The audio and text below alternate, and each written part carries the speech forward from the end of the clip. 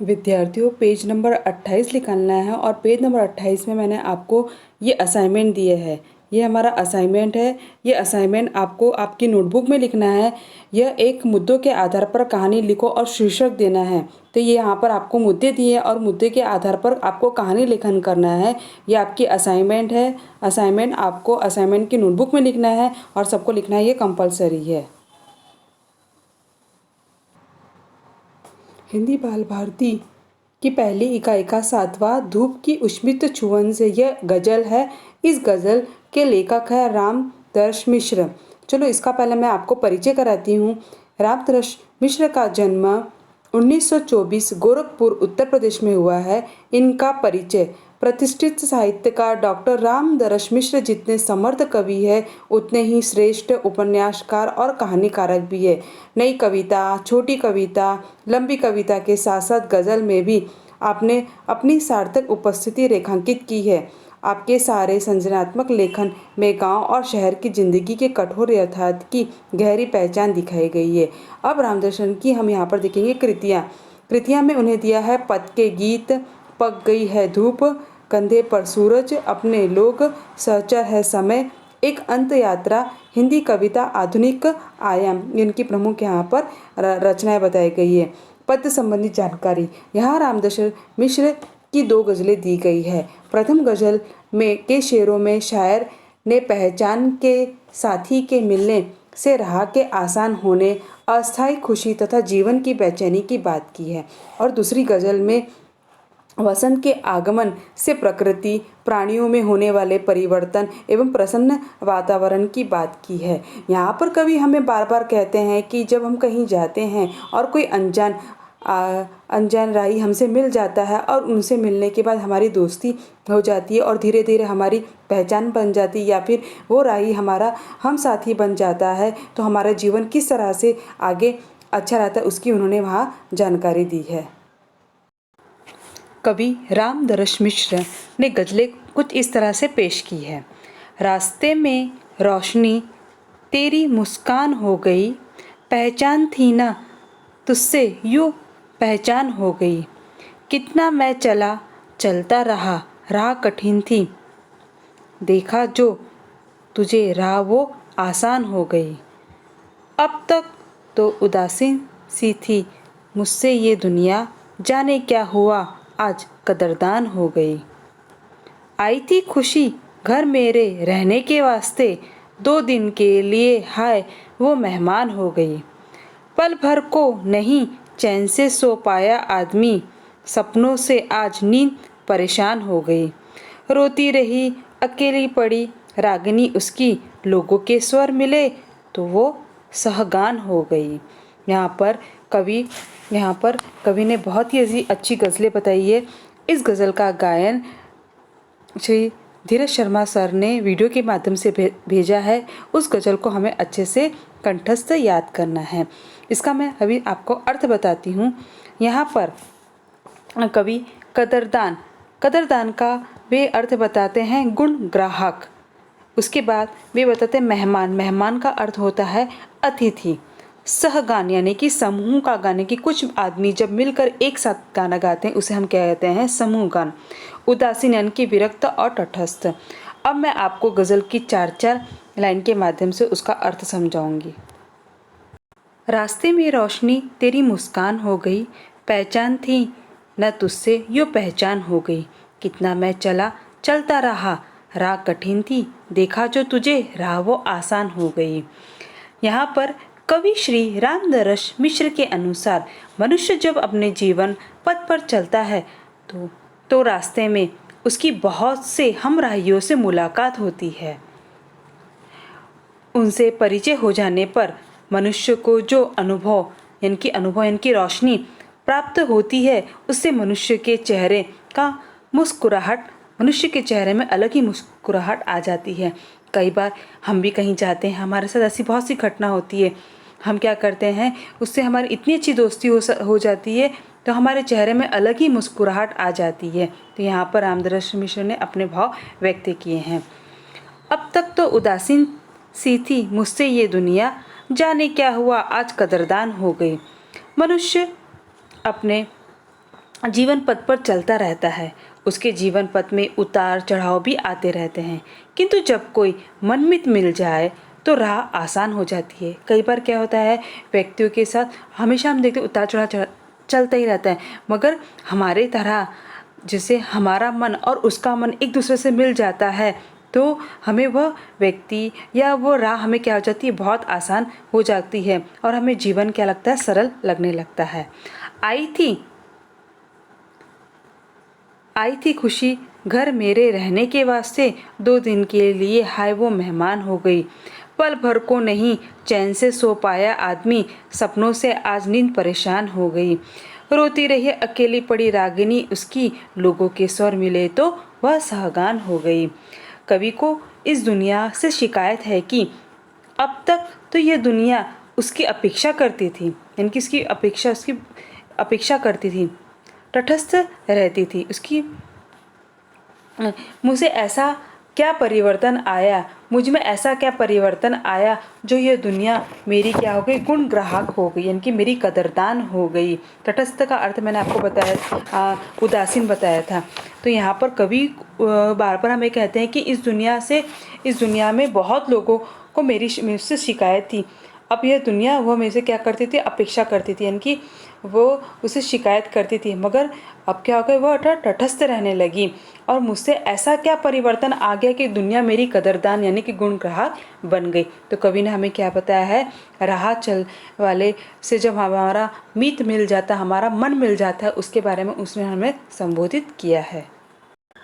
कवि आगे कहते हैं कि कवि रामदास मिश्र कहते हैं कि खुशी मेरे घर स्थायी रूप से रहने के लिए आई थी, किंतु पता नहीं किस कारण से वह केवल 2 दिन ही रहकर मेहमान की तरह चले गई। कवि कहते हैं कि आदमी आराम की नींद क्षण भर भी नहीं ले पाता, क्योंकि सुखद भविष्य की कल्पना उसे सोचते रहने को विवश करती है। कवि आगे कहते हैं कि संयोग से सभी का काम, जितने भी कई काम हैं वो क्या हो जाता है, आसान हो जाते हैं। लोग कहते हैं कि अकेला चना भार नहीं फोड़ सकता।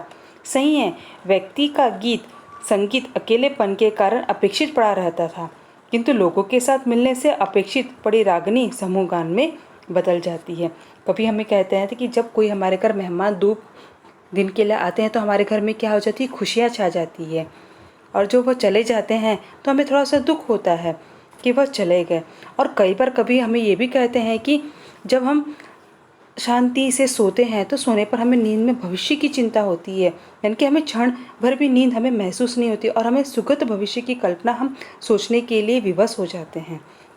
कभी आगे कहते हैं कि हम कोई भी कार्य करते हैं तो कार्य करने के लिए वह कहते हैं कि हम अकेले करने के बाद अगर हम वो कार्य कोई सहयोग के माध्यम से करें तो वह कार्य, कठिन से कठिन कार्य क्या हो जाता है, हमारा आसान हो जाता है। रामदास मिश्र की दूसरी गजल। पेड़ है कुछ खुश समझकर आ रहा ऋतुराज है, भर रही पंखों में चिड़ियों के नई परवाज है, हो रही महसूस है खुशबू हवाओं में मधुर, दिख रहा कुछ आज फूलों में नया अंदाज है। धूप की उष्मित चुवन से फूल सी खिलती त्वचा, बज रहा जैसे दिशाओं बीच कोई साज है। खुल गई सिमटी हुई फसलों में फूलों की हंसी, उग रही कंठों में गाँव की नई आवाज़ है। भूल जाओ कल तलक के वक्त की नाराज़गी, दोस्त बन खुशियाँ लुटाता, देख लो दिन आज है, देख लो दिन आज है।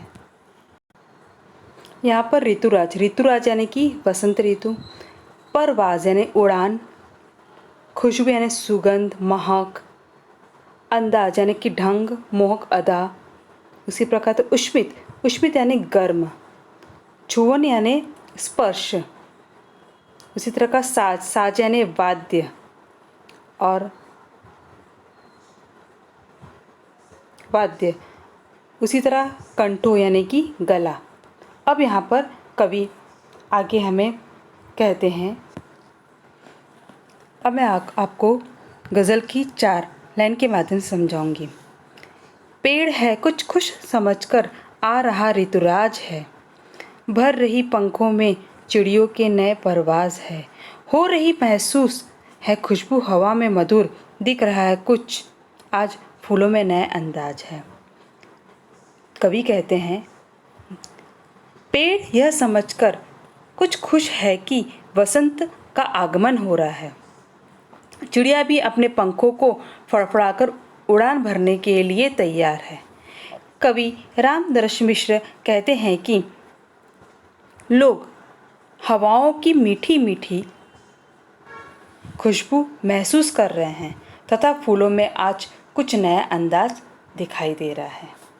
आगे के वे कहते हैं कि धूप की उष्मित छुअन से मिल सी खिलती त्वचा, बज रहा जैसे दिशाओं बीच कोई साज। खुल गई सिमटी हुई फसलों में फूलों की हंसी, उग रही है कंठों में गाँवों की नई आवाज़। शीत ऋतु में ठंड के कारण त्वचा रुक्ष हो जाती है। वसंत ऋतु में सूर्य की गर्मी धूप से त्वचा फूल की तरह खिल उठती है। वसंत ऋतु में वातावरण इस प्रकार का होता है जैसे चारों ओर कोई वाद्य बज रहा है। वसंत ऋतु का सौम्य मौसम फसलों में फूलों की सिमटी हंसी को खोल देता है। गेहूं की फसलें लहराने लगती है, जिन्हें देखकर गांव के किसानों के गलों में नई आवाज़ उगने लगती है।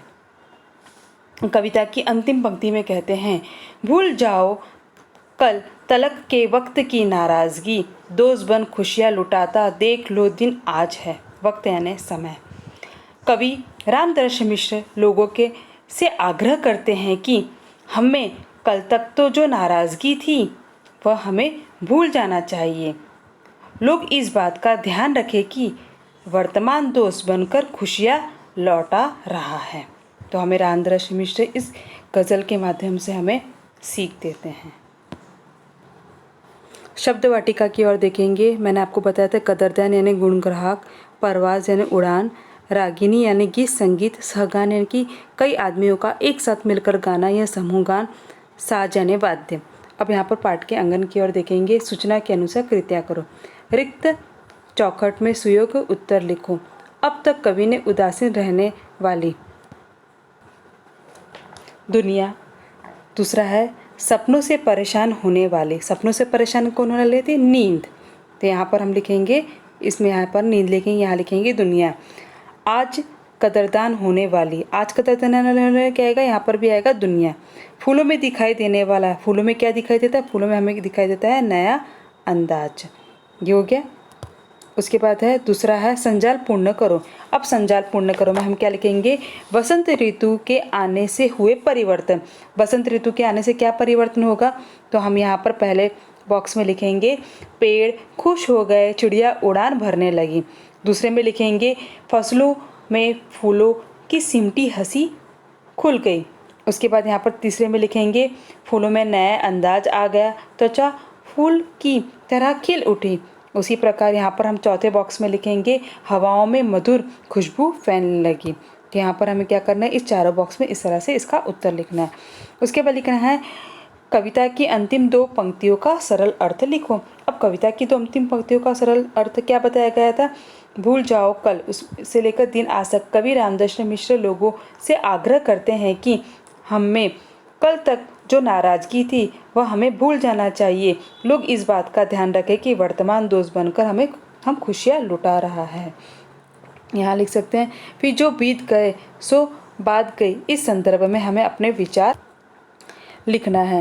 यानी कि क्या पता, जो बीत गई सो बात गई। कई बार हम रहते हैं कि बहुत सी ऐसी घटना रहती है, हम उसको अच्छी घटना रहती है उसको याद करते हैं, हमको बुरी घटना रहती है अगर कुछ ऐसा अगर मन में भेदभाव रहता है तो हम क्या करते हैं वो घटना को क्या कहते हैं बीत जाते हैं और नई बात नई और से हम शुरुआत करते हैं। तो यहाँ पर आप अपने यहाँ पर विचार लिख सकते हैं।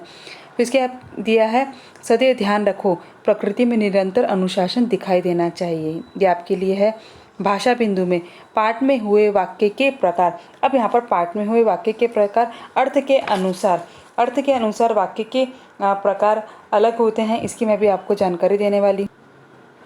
यहाँ पर अर्थ के अनुसार बताया गया। अर्थ के अनुसार वाक्य के 5 प्रकार। अर्थ के अनुसार वाक्य के 5 प्रकार होते हैं। विधानार्थक वाक्य, निषेधवाचक वाक्य, आज्ञार्थवाचक वाक्य, प्रश्नवाचक वाक्य, विस्मादी वाचक वाक्य। यहाँ पर और 3 रहते हैं, जैसे इच्छाबोधक वाक्य, संदेह सूचक वाक्य और संख्यार्थक वाचक वाक्य। यहाँ पर हमें 5 ऐसे इसके 8 वाक्य के प्रकार रहते हैं। इसके कुछ उदाहरण आपको आपकी नोटबुक में से देख के लिखना है, टेक्स्ट बुक में से देख के लिखना है। जैसे कि हम ढूंढ सकते हैं, आज पापा बहुत थक गए हैं। गीत कहानी में लिखा है, ये कौन सा है? विधानार्थक वाक्य। क्या मेरा बेटा वैसा गीत लिख सकेगा? ये क्या है? प्रश्नवाचक वाक्य। सलील मन से स्वस्थ नहीं है, ये क्या है? निषेधवाचक वाक्य। उसके बाद है हम जैसे तू जरा सलील को बुला, ये क्या है? आज्ञार्थवाचक वाक्य। शाबाश अब तुम कितने अच्छे लड़के हो गए, ये क्या हो गया? विस्मादी बोधक वाक्य। ईश्वर तुम्हें अपने कार्य में सफलता प्रदान करें, ये क्या हो? इच्छा बोधक वाक्य। शायद आज शाम तक पानी बरसे, ये क्या है? संदेह सूचक वाक्य, यानी कि संदेह शायद पानी बरस सकता है। यदि सलील मेहनत करेगा तो परीक्षा में पास होगा, ये क्या हो गया? संकेत वाक्य। अगर वो मेहनत करेगा तो ही वह सफलता प्राप्त करेगा। उसके बाद निम्न शब्द शुद्ध करके लिखो। यहाँ क्या दिया है? परिकृत शब्द को क्या है? परिकृत करते प्राकृतिक शक्ति, शक्ति में छोटी आती बात है शक्ति। मैं नहीं, ये वाक्य में शुद्ध करके लिखना है। उसके बाद है छुट्टी में आयोजित संस्कार वर्ग के आयोजक के नाते आकर्षक विज्ञापन तैयार करो। यहाँ पर हमें विज्ञापन तैयार करना है। उसके बाद यहाँ पर है मैंने समझा, आपने क्या समझा, वो लिखना है। फिर 6 ऋतुओं के का वर्णन करते उनकी चित्र सहित जानकारी प्राप्त करो। यहाँ पर छुट्टी में आयोजित संस्कार वर्ग के नाते आकर्षक विज्ञापन तैयार करो, ये आपका असाइनमेंट है। आपको ये असाइनमेंट तैयार करना है। आगे की वीडियो में विज्ञापन किसे कहते हैं इसकी मैं आपको जानकारी दूंगी। धन्यवाद।